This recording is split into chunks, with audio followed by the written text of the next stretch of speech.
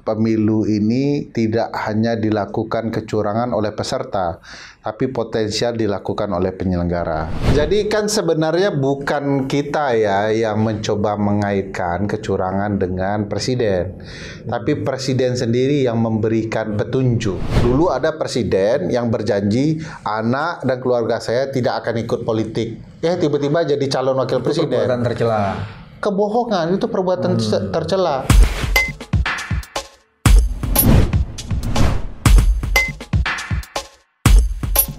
Bismillahirrahmanirrahim. Assalamualaikum warahmatullahi wabarakatuh. Waalaikumsalam. Teman-teman, jumpa lagi di channel ini, channel Kewarasan. Dan hari ini temanya adalah kecurangan dan kenapa ada pemakzulan. Dan yang akan menjadi juru dan punggawa kewarasannya adalah Ferry Amsari. Kenapa kamu tidak setuju Henry Satrio terus-menerus diundang supaya duet dengan kamu? udah belajar menyerang main kita itu dia ya. Nggak nyangka saya topiknya. Kak Henry itu jelas bukan dari saya. Itu Mas BW baru belajar nakal dari adik-adiknya karena kita sering memfitnah Mas BW dan sekarang dia praktekkan ke kita. Tapi kalau kecurangan tuh bukan fitnah dong. Kecurangan fitnah, sudah banyak buktinya, sudah terjadi dan akan terjadi. Sudah terjadi dan akan terjadi. Seberapa masif itu? Ya kalau dilihat dari peta kecurangan pemilu yang sudah kita launching berbasis hasil penelitian, dia ada dua nih. Satu peta kecurangan untuk menampung kecurangan dari publik, dan satu peta kecurangan berbasis penelitian.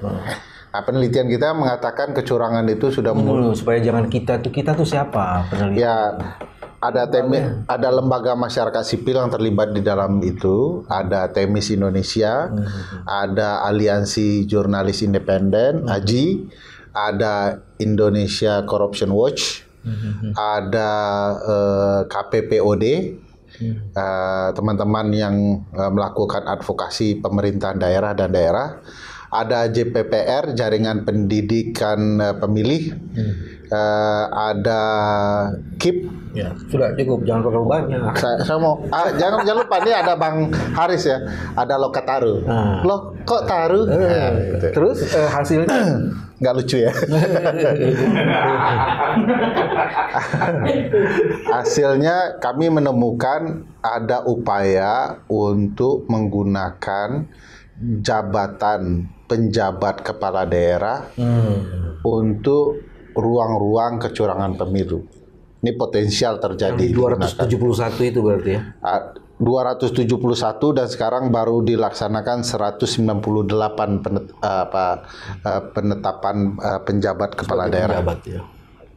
Apa jenis kecurangannya apa itu? Netralitas nggak ASN? Ya, kalau kita perhatikan beberapa waktu belakangan Presiden Jokowi itu rajin betul mengundang kepala desa dan aparat penyelenggara pemerintahan desa. Oke.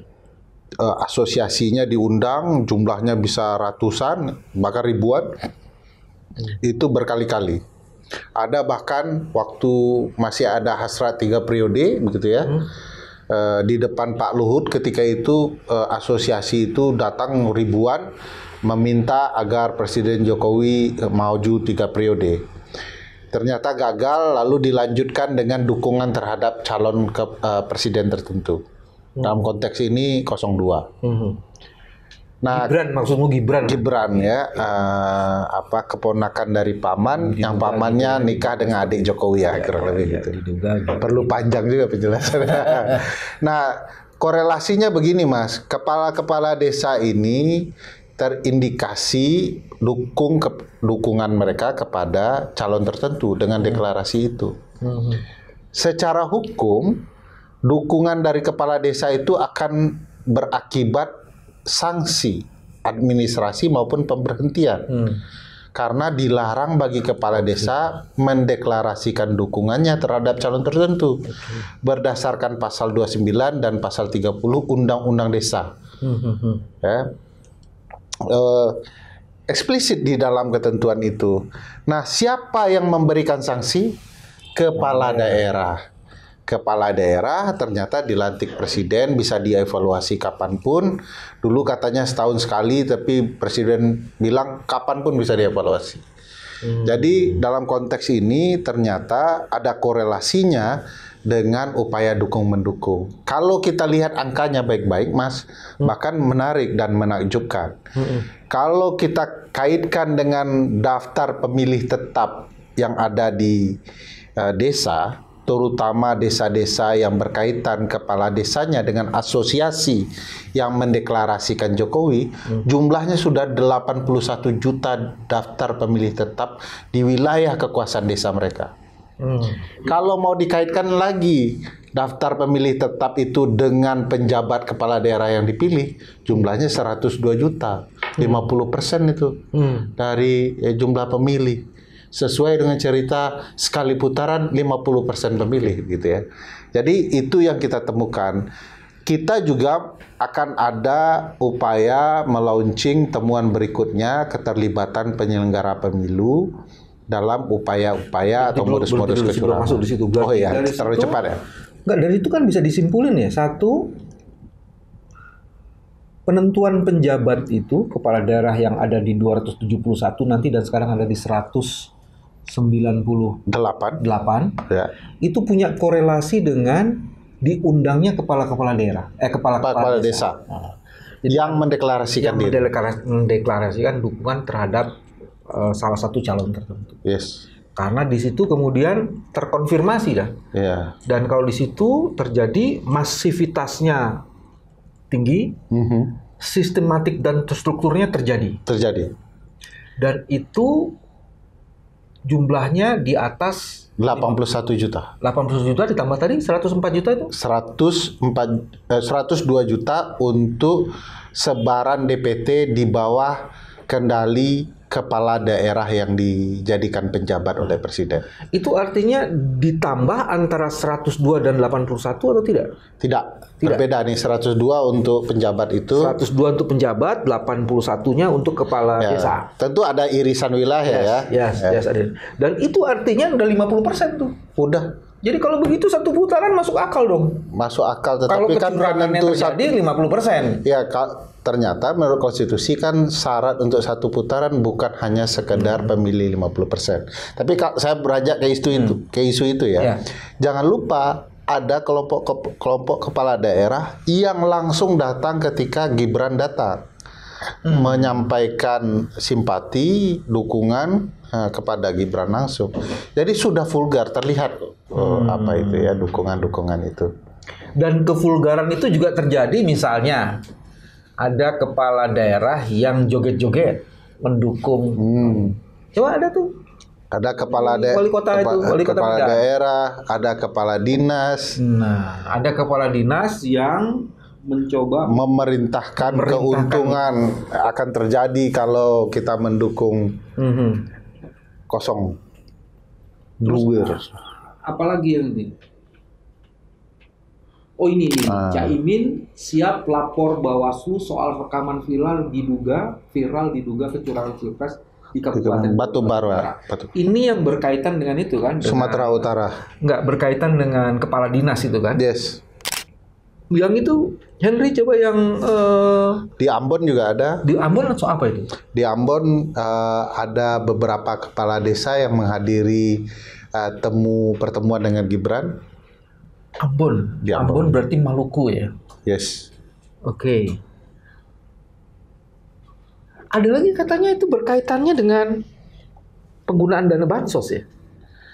Ya, penggunaan dana bansos itu kan rutin ya dalam kurun tertentu ya. Tapi kali ini didekatkan dengan waktu kampanye pemilu, sehingga menimbulkan kesan bahwa dana bansos ini karena kebijakan pemerintah tertentu yang berkaitan dengan calon tertentu. Korelasinya ke sana. Jadi ada upaya membangun sistematika penyerahan bansos demi kepentingan politik. Di situ ada dua ya, ada personalisasi bansos dengan mengatakan bansos ini bukan dari pemerintah Tapi dari Pak Jokowi. Terus yang kedua ada politisasi juga. Iya. Bahwa ini diduga untuk kepentingan kemenangan. Ada satu lagi yang tadi belum selesai. Kepala desa sanksinya kan kepala daerah. Kalau toh dia tetap jadi masalah hukum, maka kemudian apa penegak hukumnya juga sudah dikendalikan? Nah, kalau di dalam konsep undang-undang pemilu, pelaporan terhadap pelanggaran pemilu ataupun kecurangan ya, itu akan diajukan ke Sentra Gakumdu, sentra penegakan hukum yang ada di Bawaslu, yang isinya tim Bawaslu, tim polisi, dan tim kejaksaan, Mas. Yes. Dua lembaga ini sudah berada di bawah presiden. Di bawah kendali presiden. Jadi kalau pakai konsep suara ya, voting begitu ya. Ini kasus lanjut atau tidak? Maka dua suara sudah ada di bawah presiden gitu. Tapi kan dua lembaga ini di bawah presiden dari dulu dan Iya. Terus di mana curangnya? Jadi konsep kelembagaan potensial membangun kecurangan. Curangnya jika atas nama atasan memerintahkan bawahannya untuk berbuat curang.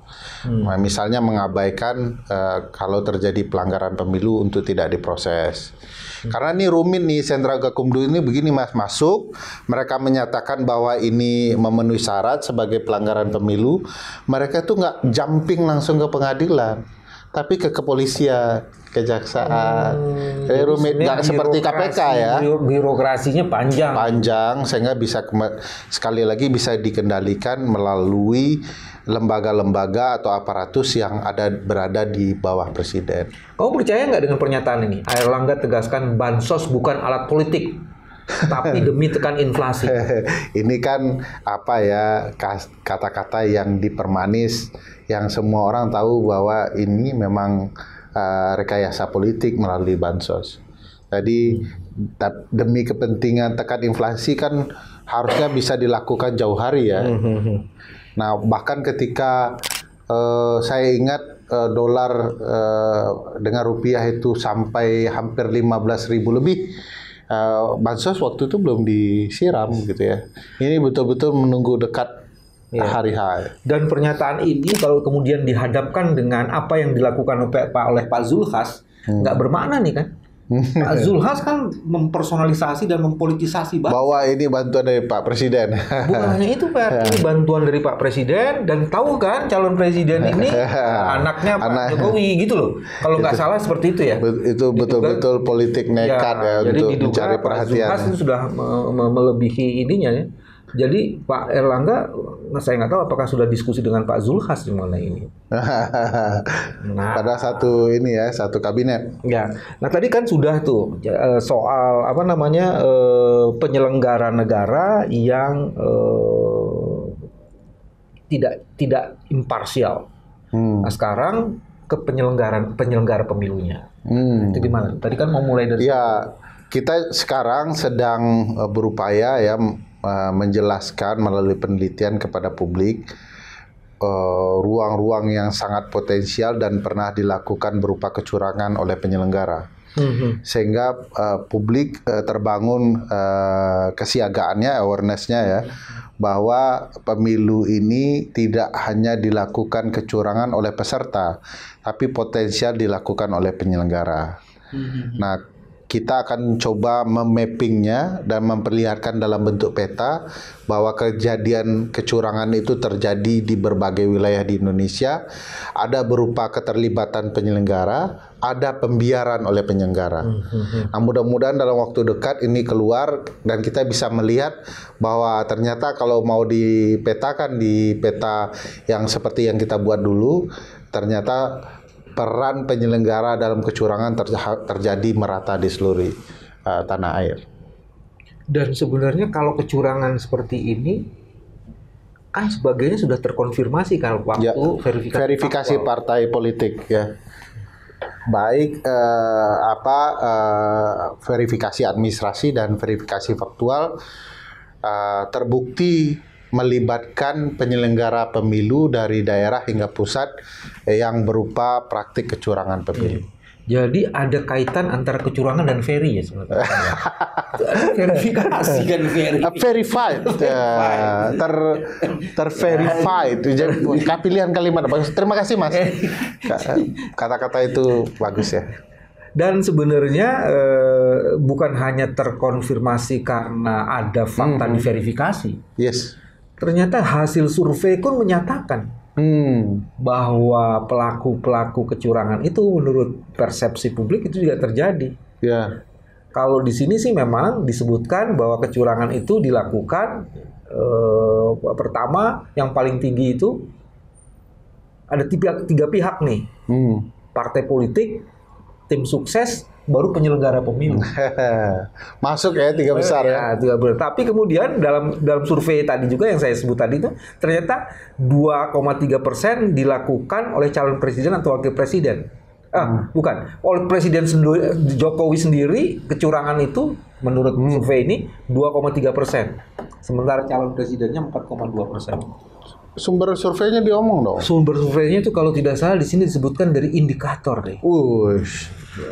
Cukup ternama. Direktur survei lembaga survei Indonesia, lembaga survei Indonesia. Oh, lembaga survei. Iya. Terus LSI dong.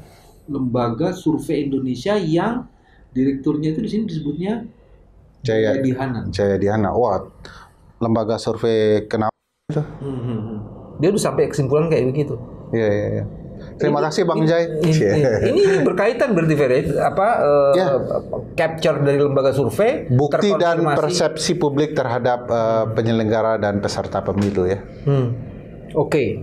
Kalau begitu, apakah kecurangan dan netralitas itu menjadi dasar untuk pemakzulan atau ada alasan-alasan lain? Jadi kan sebenarnya bukan kita ya yang mencoba mengaitkan kecurangan dengan presiden, tapi presiden sendiri yang memberikan petunjuk. Jadi kalau dalam hukum alat bukti petunjuk ini bahwa presiden menyampaikan dia akan cawe-cawe dalam pemilu kali ini. Walaupun di belakangnya ada atas nama kepentingan bangsa dan negara. Nah, cawe-cawe ini kan tidak lazim ya, terutama karena presiden adalah sosok yang mestinya menjadi bapak bangsa ya, mestinya kalau sudah berakhir masa jabatannya. Dan ini juga berkaitan dengan ruang anaknya akan bertarung. Nah, maka terlihatlah gambaran peran presiden satu dalam penunjukan penjabat, melibatkan aparat negara ya. Kita ketahui misalnya sampai saat ini tidak ada upaya serius merespon dari kepala negara terhadap tindakan-tindakan aparat yang diduga berkaitan dengan pemilu. Para pendukung calon 03 tiba-tiba dihajar dan digebukin oleh teman-teman militer. Ini sesuatu yang tidak lazim. Kenapa tidak lazim? Karena 03 itu didukung partai penguasa. Yang lebih dari partai penguasa dalam konteks politik hari ini ya presiden yang sudah berpindah pulau ya ke partai yang lain. Jadi ada indikasi, ada pembiaran tekanan-tekanan. Kalau Mas BW ingat peristiwa Bali, ketika Pak Presiden mau masuk Bali, ada tuduhan oleh publik bahwa perintah Presiden untuk menurunkan seluruh baliho 03 yang merupakan pesaing calon yang dia dukung. Jadi ada upaya-upaya terencana. Bisa dilihat berbagai izin 01 ketika berkampanye tiba-tiba dibatalkan. Kekuatan mana yang bisa melarang calon-calon presiden berkampanye, Mas? Kalau bukan dari presiden sendiri. Karena yang kampanye itu calon. Iya, bahkan yang melarang presiden, ini beda levelnya kan. Seluruh aparat militer maupun polisi akan sungkan dengan calon presiden. Karena mereka potensial menjadi presiden, tidak ada orang lain. 3 orang ini yang paling potensial. Presiden yang kecuali presiden yang memerintahkan. Karena pikiran mereka, kalau kita kurang ajar dengan calon-calon presiden ini, satu saat mereka menjadi presiden, habis karir kita. Jadi mereka biasanya tidak akan macam-macam, kecuali perintah orang nomor 1. Diduga ada perintah dari orang nomor 1. Baik. Jadi dengan begitu kelihatan sekali. Nah, terus pemakzulannya di mana, Bos? Nah, karena sudah ada pernyataan cawe-cawe, maka memerintahkan, membiarkan kecurangan dan segala macam potensial dilihat sebagai tindakan presiden yang tidak benar. Kalau kita lihat konstruksi pasal 7A, 7B Undang-Undang Dasar 1945, Mas. Oke, 7A, 7B Konstitusi. Presiden itu dapat diberhentikan pada masa jabatannya dalam dua hal. Satu, presiden diduga melakukan pelanggaran hukum. Pelanggaran hukum itu terdiri dari suap, korupsi, pengkhianatan terhadap negara, tindak pidana berat lainnya, dan perbuatan tercela. Bahasa teman-teman HTN-nya misdemeanor ini. Kedua, tidak lagi terpenuhi syarat menjadi presiden. Ketentuan ini ada korelasinya dengan pasal 169 Undang-Undang Pemilu. Nah, kalau kita bahas pelanggaran hukum itu bisa terjadi dari perbuatan tercela, Mas. Misalnya apa perbuatan? Contoh, saya harus cawe-cawe dalam pemilu. Dia tidak patut cawe-cawe. Dia harus orang yang membuat pertandingan ini fair. Jadi ketidakpatutan itu yang disebut tercela. Ya, perbuatan tercela itu adalah segala tindakan, perbuatan, ucapan dan lain-lain yang oleh publik dianggap sebagai perbuatan yang cela. Kalau begini, Pak Mahfud bilang dapat permintaan pemakzulan. Itu Pak Mahfud ngomong itu tercela apa enggak? Atau yang pimpinan MPR-nya tidak ada alasan? Yang mana yang tercela? Kalau ini soal ketidakpahaman ke Undang-Undang Dasar saja pimpinan MPR. Oh, pimpinan MPR yang tidak paham. Karena di pasal 7A, 7B itu ada di Undang-Undang Dasar. Tapi kalau Pak Mahfudnya minta dimakzulkan padahal dia anak buahnya dari presiden, itu gimana tuh? Iya, kalau Pak Mahfud kan dapat permintaan siapa aja meminta, tapi kalau tempat rumah makan salah kan menunya jadi salah kan gitu. Rumah makannya ya di DPR, di teman-teman partai politik gitu ya. Itu juga bukan termasuk perbuatan tercela yang meminta pimpinannya. Kalau orang datang bilang Jokowi nggak beres, dia harus nampung lah kan ya. Nggak mungkin juga dia bilang ini dilarang. Ini kayaknya mendorong loh dapat permintaan pemakzulan Jokowi. Kan teman-teman permintaan pemakzulan. Teman-teman petisi 100 datang ke Prof Mahfud kayak gitu kan ya. Tiba-tiba emang tak ada alasan.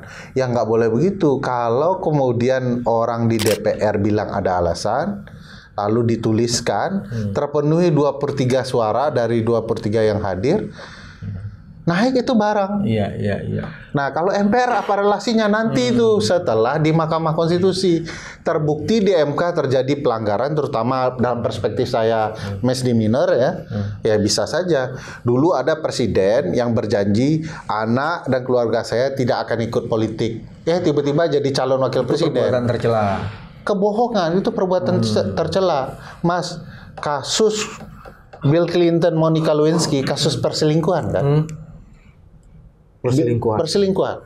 Stafnya Monica Lewinsky ya punya affair dengan Bill Clinton. Lalu Bill Clinton bilang begini, saya tidak pernah ada affair dengan Monica Lewinsky. Publik tidak ada masalah. Karena perspektif budaya mereka memperbolehkan relasi itu. Ya itu urusan pribadi lah. Ya, urusan private. Ya. Tetapi begitu makin diperdebatkan, makin banyak bukti, akhirnya Bill Clinton pidato ngaku, ya saya benar ada affair, saya minta maaf. Bagi publik tidak boleh pejabat publik berbohong di hadapan publik. Jadi Pak Jokowi kalau di Amerika udah dimakzulkan. Wah, udah selesai nih. Udah selesai ya. Udah selesai ya. SMK. Amerika, bukan Indonesia. Ya dalam hal konteks itu perbuatan tercela dalam konteks bangunan Undang-Undang Dasar kita ya sama, nggak boleh berbohong, cela di hadapan masyarakat kita. Kalau ada yang selingkuh bagi kita itu bisa dimakzulkan dan perlu diingat. Nah, kalau belajar HTN pasal 7A itu ini ya, mohon nanti silakan dibuktikan yang lain.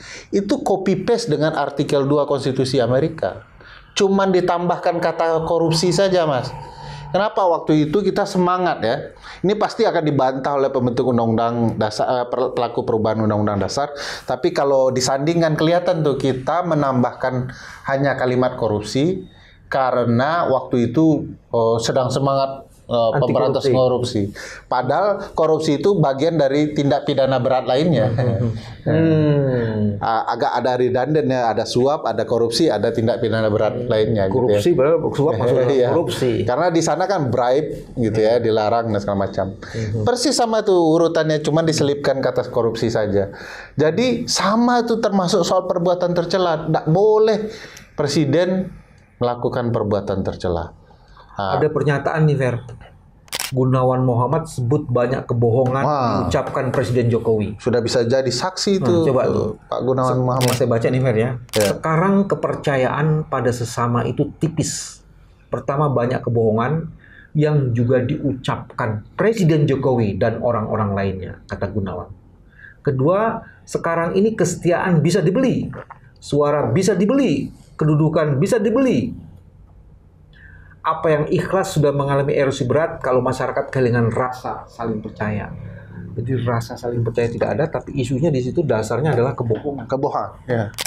Ya kan banyak orang mempertanyakan ucapan-ucapan Presiden Jokowi ya. Saya juga pernah dibohongi presiden itu dengan teman-teman anti korupsi kan. Jangan pura-pura peristiwa ini.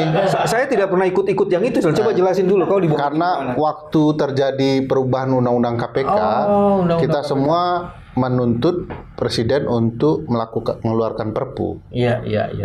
Presiden bercerita lah, ya KPK Persisnya apa ngomongnya supaya bisa KPK tetap harus diperkuatkan, harus diperkuat gitu ya. Ya kita dorong keluarkan Perpu dong. Lalu presiden jawab gini. Saya ingat persis jawaban presiden ya. Saya kan bisa saja mengeluarkan Perpu, tetapi nanti ditolak oleh DPR gimana? Saya jawab. Ferry Amsari yang langsung jawab nih supaya agak terlihat keren ya. Dengan presiden saya bilang, tidak ada soal Bapak kemudian mengeluarkan Perpu, bahkan kalau ditolak oleh DPR. Kami hanya ingin tahu Bapak berdiri di mana, bersama rakyat atau bersama DPR dalam isu pemberantasan korupsi. Diam Pak Presiden. Karena saking bagusnya ya. Tadi kata-katanya apa? Presiden bilang tadi? Saya kalau keluarin Perpu, nanti Perpu saya ditolak oleh DPR. Masuk akal kan pernyataan? Ya pernyataan masuk akal, nggak apa-apa bagi saya. Terus di mana letak bohongnya? Ya bagi dia setelah itu mengeluarkan sikap yang disampaikan oleh Prof. Mahfud bahwa Presiden akan memikirkan soal Perpu. Jadi dia di jawaban terakhirnya akan saya pikirkan untuk keluar Perpu. Bagi kita ada harapan ya. Itu yang bohong Presiden atau Mahfud? Bisa. Nah, saya nggak tahu ya. Yang jelas Presiden waktu itu. Jangan suka nuding-nuding Presiden gitu deh, Fer. Jadi, ya memang saya tidak orang dekat Presiden, tetapi waktu itu ucapannya memang ingin memperkuat KPK. Di sini kalimat ini, saya bantuin nih, Fer. Pak Mahfud ungkap Jokowi sempat mau terbitkan Perpu KPK. Tapi ada ancaman. Ya, siapa yang bisa ngancam presiden?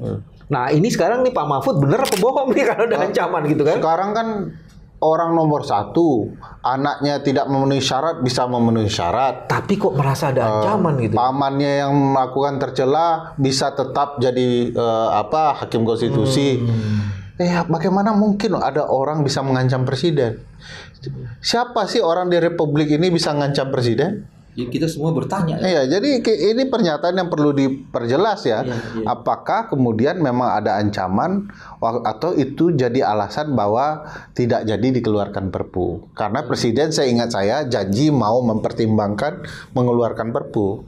Jadi Pak Mahfud kalau begitu mencoba melindungi Presiden juga ya? Nah, perlu dipanggil dalam sidang impeachment Presiden untuk beliau jadi saksi. Menjelaskan. Bisa. Keren. Nah, yang soal yang kedua ya, soal tidak memenuhi lagi syarat menjadi presiden.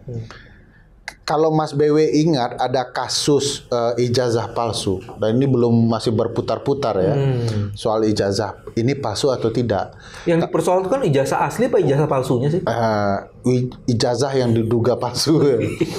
Jadi kalau dilihat sekilas memang, ini saya awam untuk memeriksa keaslian ijazah. Ijazah beliau itu ditulis dalam bentuk huruf komputer. Sementara beliau itu tamatnya di tahun sekian-sekian yang belum ada penulisan ijazah dengan komputer. Jadi di sana saja sudah menimbulkan indikasi. Pertanyaan besarnya, bolehkah ya kasus ini dibawa ke forum privilegiatum impeachment, menggugat presiden tidak lagi memenuhi syarat menjadi presiden di Mahkamah Konstitusi, menurut saya boleh. Nanti dibuktikan di forum MK apakah ijazah ini telah membuat presiden tidak lagi memenuhi syarat menjadi presiden. Pasal 169 itu.